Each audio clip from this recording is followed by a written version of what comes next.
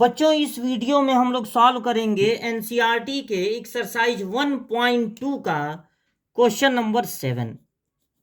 तो रीड कीजिए, question number 7 क्या है। In each of the following cases, यहां पर एक नहीं दो दो केसेज हैं। तो in each of the following cases state whether the function is 1 1 onto और बाइजेक्टिव। अब देखिए, इसमें यह पता लगाना है कि ये फंक्शन 1 1 है, ऑन टू है या बाइजेक्टिव है।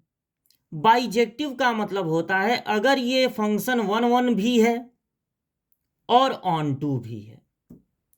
फंक्शन या तो 1 1 होता है या तो मैनी वन, और फंक्शन या तो ऑन टू होता है या तो इन टू। तो ये पता लगाना है कि 1 1 है कि मैनी वन है, ऑन टू है कि इन टू है। और अगर लास्ट में ये पता चला कि 1 1 ऑन टू है, तब उसी फंक्शन को एक स्पेशल नाम दे दिया जाता है बाइजेक्टिव। जो फंक्शन 1 1 भी होगा, ऑन टू भी होगा, उसको बाइजेक्टिव फंक्शन कहते हैं। पहला question, real number two real number है और फंक्शन है 3 - 4x। अगर हमको ये पता लगाना है कि ये मैनी वन है या 1 1, तो उसका तरीका होता है f(x1) को f(x2) के इक्वल कर देते हैं। यानी एक बार फंक्शन में x की जगह x1 रखेंगे, एक बार फंक्शन में x की जगह x2 रखेंगे। अब इसको थोड़ा आगे सॉल्व करेंगे। अगर आगे चलते चलते x1 = x2 मिला, तब तो ये 1 1 होगा, या उसके अलावा कुछ और मिला तो मैनी वन होगा। तो चलिए आगे सॉल्व किया जाए। 3 दोनों साइड से कैंसिल हो जाएगा, बचा -4x1 = -4x2। अब -4 भी दोनों साइड से कैंसिल हो जाएगा, तो x1 = x2 मिला, यानी ये फंक्शन होगा 1 1। अब ये पता लगाना है कि ये फंक्शन इनटू होगा कि ऑन टू। उसका तरीका ये होता है कि फंक्शन को y सपोज कर लेते हैं, fx की जगह y लिख देते हैं, फिर x को सब्जेक्ट बनाते हैं। -4x को इधर ट्रांसफर कर दीजिए और y को इधर, आके इधर -y हो जाएगा। x हो जाएगा 3 - y/4। x को सब्जेक्ट बना लेते हैं, x एक तरफ रहे अकेले। x को सब्जेक्ट बनाने के बाद y के वैल्यू के बारे में डिस्कस करते हैं कि y की वैल्यू क्या हो सकती है, क्या नहीं। क्या y की वैल्यू जितना क्वेश्चन में दिया गया है, देखिए R का मतलब है x की वैल्यू ये होती है और y या फंक्शन की वैल्यू ये होती है। तो x में सारे रियल नंबर हैं और r में और y में भी सारे रियल नंबर हैं। तो बताइए यहां y की जगह पे सारे रियल नंबर हो सकते हैं कि नहीं।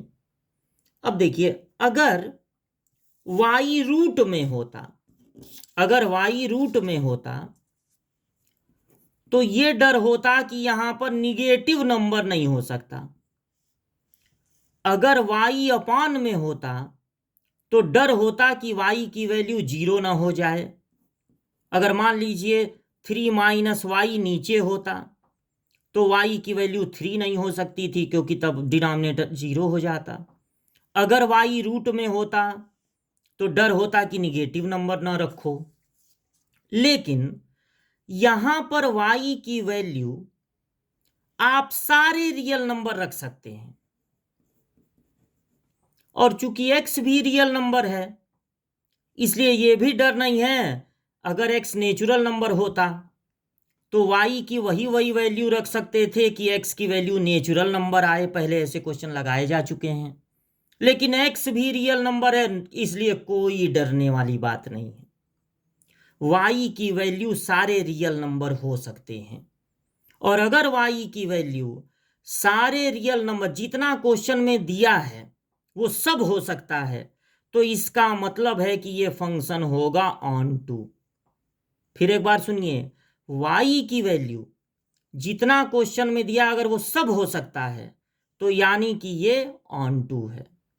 और चूंकि ये 1 1 ऑन टू है, इसका मतलब है कि ये एक बाइजेक्टिव फंक्शन है।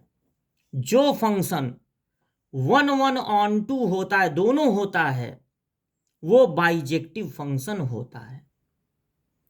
अब इसका सेकंड पार्ट जो लगाना है हम लोगों को, उसमें फंक्शन क्या है, उसमें भी R2R है। इसमें भी क्या है, R2R, और फंक्शन 1 + x² है।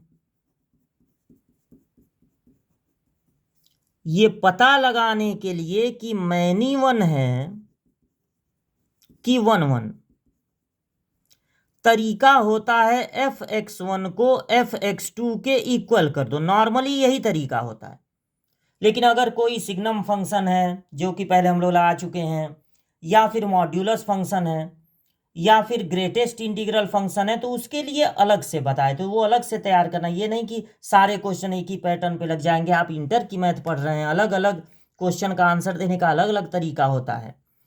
यहाँ पे एक बार x1 रख दिया जाए और एक बार x2, 1 दोनों तरफ से कैंसिल हो गया। जब एक तरफ से स्क्वायर हटाएंगे तो दूसरे तरफ का स्क्वायर रूट निकलेगा, तो प्लस माइनस में होगा।